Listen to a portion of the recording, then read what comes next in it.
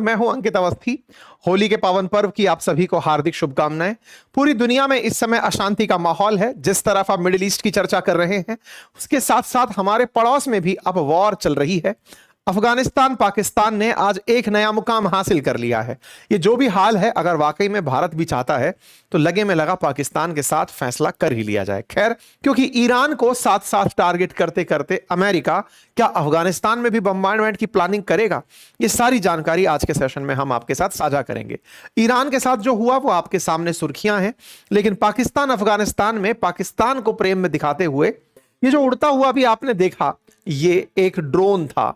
लगी थी मिसाइल, अपने आप जाकर मरने वाला ड्रोन था।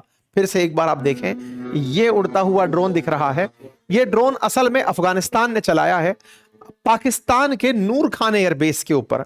यह नूर खान एयरबेस है जहां जाकर के इसने अपना मकसद पूरा किया है। यह नूर खान एयरबेस वही वाला है जो ऑपरेशन सिंदूर में भारत ने टारगेट किया था। यह वही वाला नूर खान एयरबेस है जहां पर अमेरिका के हित सबसे ज्यादा सुरक्षित बताए जाते हैं। कहा जाता है कि वहां पर अमेरिकियों ने कुछ गुप्त रूप से रखा हुआ है। शायद भारत का नूर खान एयरबेस ही टारगेट करना वो अमेरिका को पिंच करने वाली हरकत थी, जिसके बाद वो अमेरिका पाकिस्तान के साथ हो लिया कि चलो अब तुम्हारी इज्जत बचाएंगे। कारण सिंपल, क्योंकि भारत ने नूर खान टारगेट किया था। अफगानिस्तान ने भी जैसे ही नूर खान टारगेट किया, सवाल बना क्या भारत तो साथ नहीं दे रहा है अफगानिस्तान का कि सुनो यहां पर जाओ तब जाकर के इनकी नस दबेगी। सारी बातों का आज के सेशन में विश्लेषण होगा। तालिबान ने मल्टीपल मिलिट्री बेसिस को टारगेट किया है पाकिस्तान में।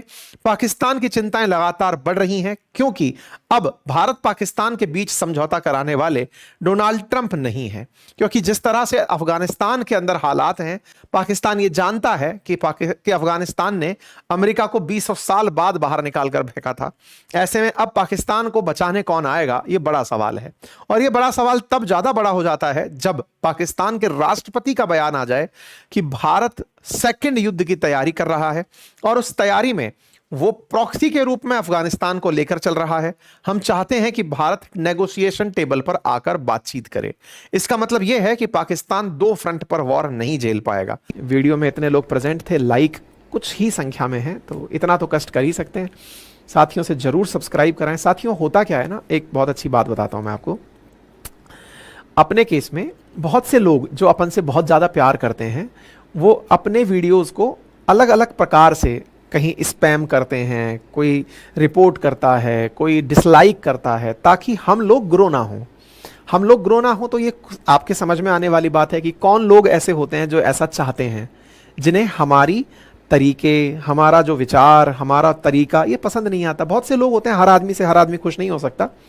ऐसी स्थिति में ये आप अपनी नैतिक जिम्मेदारी बना लें, क्योंकि YouTube लाइक डिसलाइक देखता चलता है। तो आप में से जो लोग लाइक को भी समझते हैं कि नहीं मैं एहसान करूंगा इस आदमी के ऊपर, ठीक है, एक दिन ये गतिविधियां स्वतः ही रुक जाएंगी ऑटोमेटिक। जब हमें भी इस चीज का प्रोत्साहन नहीं मिलेगा, मैं 2 घंटे नॉन स्टॉप आपके सामने रोजाना सुबह बोलता हूं, 8 घंटे कंटेंट बनाने के लिए बैठता हूं, टीम काम करती है, सब बनकर आता है, इतना पैसा इतना इन्वेस्टमेंट लगता है, और उसके बाद आपसे अपेक्षा के लिए भी ये रिक्वेस्ट करनी पड़ती है कि यार सब्सक्राइब कर देना, यार लाइक कर देना, यार शेयर कर देना। तो अंदर से ऐसा लगता है कि मैं कह क्यों रहा हूं, मतलब लिटरली स्पीकिंग। लेकिन ठीक है, हम में हो सकता है इस तरह का भाव आ गया हो कि नहीं साहब हमसे कहोगे नहीं तब तक हमें याद नहीं रहता। लेकिन आप में इतनी इंसानियत है, ये मुझे ज्ञात है, बस उसे याद दिलाने के लिए मुझे कहना पड़ता है। और उसको इसलिए भी समझकर आप करें क्योंकि आपको ये पता हो कि कोई और आपके इस तरह के ना करने पर अपने तरीके से उस काम को वो दूसरी तरह में ले जा रहा है। क्योंकि दुनिया में आपको भी पता है कि खुश होने वाले लोग कितने होते हैं। ठीक, पाकिस्तान अफगानिस्तान के अंदर फिलहाल जो क्लैशेस चल रहे हैं उनकी थोड़ी ऐतिहासिक टाइमलाइन जान लेते हैं। अमेरिका 2021 में यहां से निकलता है। इन दोनों के बीच में एक पुराना 132 साल पुराना विवाद बाहर निकल आता है, जिसमें अफगानिस्तान कहता है कि जो डूरंड लाइन थी उसे हम नहीं मानेंगे, वो ब्रिटिश इंडिया और अफगानिस्तान के बीच की थी, हम नई सीमा रेखा मानेंगे। यहीं से इनके बीच में थोड़ी सी रिफ्ट होना शुरू होती है। 2024 में यह बहुत ज्यादा हाइट पर चली जाती है, जब अफगानिस्तान के अंदर पाकिस्तान द्वारा स्ट्राइक कर दी जाती, सीधे इसे अपनी संप्रभुता का उल्लंघन माना और ऐसे में पाकिस्तान पर रिटेलिएटरी एक्शन करना शुरू किया। पाकिस्तान पर अफगानिस्तान ने 26 फरवरी आते आते अपनी तरफ से स्ट्राइक करना शुरू कर दिया।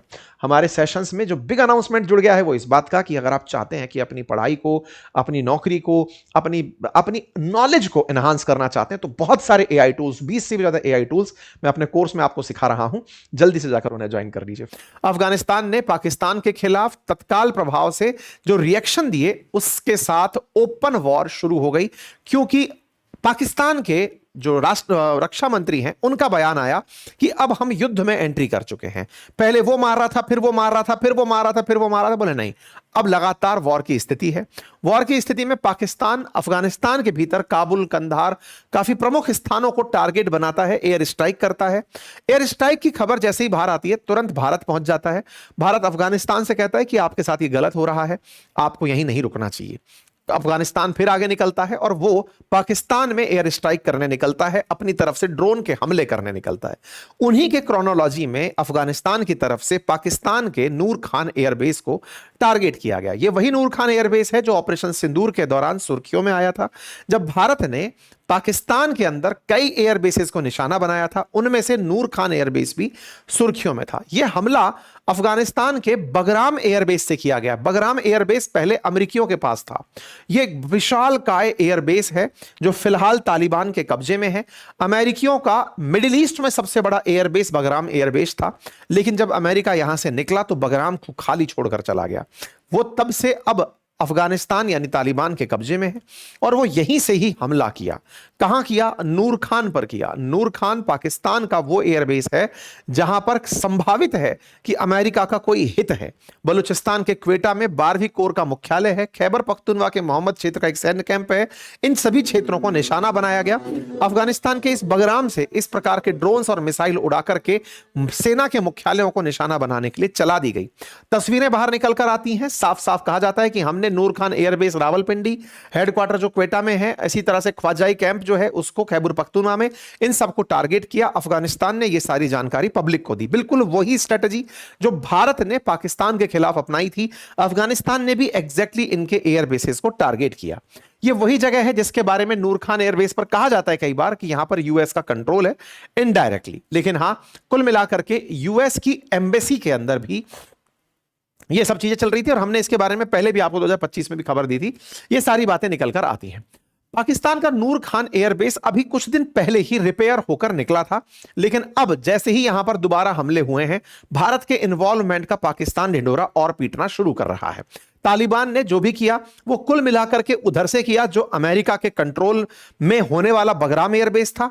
बगराम से निकल करके नूर खान तक का जो हमला है, ये पूरी तरह से पाकिस्तान के बहाने अमेरिका को संदेश देने की तैयारी है कि तुम बगराम चाहते थे, उससे हम हमला कर रहे हैं। तुम नूर खान में हो, हम उसे टारगेट कर रहे हैं। कुल मिलाकर पाकिस्तान को पिटवाना हो, अंतरराष्ट्रीय बेइज्जती करनी हो, अफगानिस्तान भरपूर कर रहा है।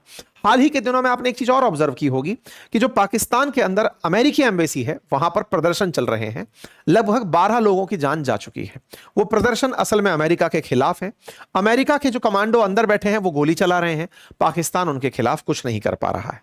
पाकिस्तान अफगानिस्तान में लगभग 400 लोग मार दिया है, ये क्लेम कर रहा है। तालिबान कहता है कि हमारे 8 से लेकर 13 के बीच में कुछ लड़ाके मारे गए हैं। तुम्हारे पास कोई प्रमाण नहीं, लेकिन हमने तुम्हारा कितना नुकसान पहुंचाया उसके हमारे पास वीडियो फुटेज और प्रमाण है। अफगानिस्तान बकायदा ये सारी चीजें जारी कर रहा है। युद्ध के इस दौर में जहां पूरी दुनिया इस समय ईरान का और इजराइल का और मिडिल ईस्ट का इन्वॉल्वमेंट देख रही है, वहां पर अफगानिस्तान पाकिस्तान भी काफी सिग्निफिकेंट जंग में है। उसका भी ध्यान दिया जाना जरूरी है। भारत के बगल में जो संघर्ष इन दिनों हो रहा है उसमें पाकिस्तान का तो मानना यही है कि भारत का इन्वॉल्वमेंट है, इसी ने ही उकसाया है। यहां के रक्षा मंत्री इंटरनेशनल मीडिया को यही बयान दे रहे हैं कि यह अफगानिस्तान भारत के उकसावे पर ऐसा कर रहा है। इंडिया का प्रॉक्सी वार है जो अफगानिस्तान हमसे लड़ रहा है। कुल मिलाकर के पूरी तरह से ये पुरानी हरकतें जो भारत हमेशा कंडेम करता आया है कि नहीं हम ऐसा नहीं करते, हम खंडन करते हैं इन बातों का, भारत ने फिर से खंडन कर दिया। चलिए, लेकिन अब सवाल बड़ा दूसरा यह बनता है कि इस पूरे वॉर टाइम में पाकिस्तान चल क्या रहा है, मतलब पाकिस्तान के लिए मुसीबत कैसे खड़ी हुई है। पाकिस्तान के लिए मुसीबत केवल अफगानिस्तान से लड़ना नहीं हो रहा है, उसका अपने लोगों को बचाना भी एक मुसीबत बन रहा है, क्योंकि पाकिस्तान के अंदर जो अमेरिकी एम्बेसी है वहां से फायर हो रहा है और पाकिस्तान कुछ कह नहीं पा रहा है। राष्ट्रपति इनके परेशान होकर के खुद बयान दिए कि रीजनल सिक्योरिटी के लिए भारत से बातचीत जरूरी है। भारत फिर से दूसरे युद्ध की तैयारी कर रहा है। एक वीडियो बाहर निकल कर आता है और अगर भारत वाकई में कहता है कि क्षेत्र में शांति होनी चाहिए तो शांति के लिए वार्ता जरूरी है। आइए वार्ता करते हैं। इंटरेस्टिंग था कि जो पाकिस्तान ईरान के लिए खड़ा रहने की बातें करता था, वो पाकिस्तान ना सऊदी के साथ खड़ा दिखा, ना ईरान के साथ खड़ा दिखा।